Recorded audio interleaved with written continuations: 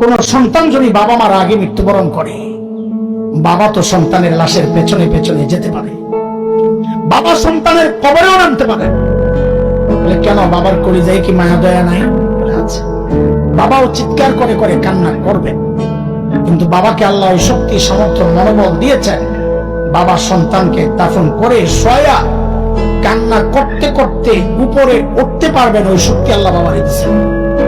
কিন্তু কোন মায়ের জন্য সন্তানের লাশের পেছনে যাওয়া চলবে না, কোন মায়ের জন্য সন্তানের কবরে নামা চলবে না। কেন, দুনিয়ায় এমন কোন মা নাই যে সন্তানকে দাফন করার জন্য কবরে নেমে সন্তানকে শোয়া দিয়া ওই মা আবার সুস্থ অবস্থায় উপরে উঠবেন, এমন কোন মা নাই। সন্তানদের শোয়া নিজ লাশ হইয়া শুয়ে পড়বে।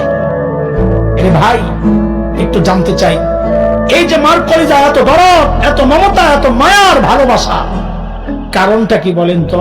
মা আমার দুই চোখের এক চোখ বানাইছেন সেই জন্য, মা আমার একটা কান বানাইছেন সেই জন্য, মা আমার একটা হাত বানাইছেন সেই জন্য। আচ্ছা, একবারে বলে ফেলেন না, মা আমার শরীরের কি বানাইছেন? কি বানাইছেন বলেন, বলেন কি বানাইছেন?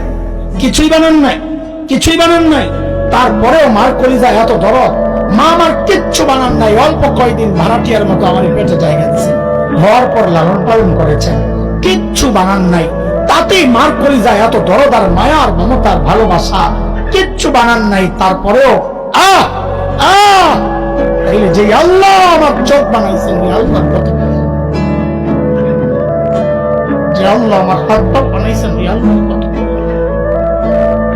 যে আল্লাহ আমার এত এত নিয়ামত দিয়ে বাঁচায় রাখছেন, আল্লাহ কত নয়।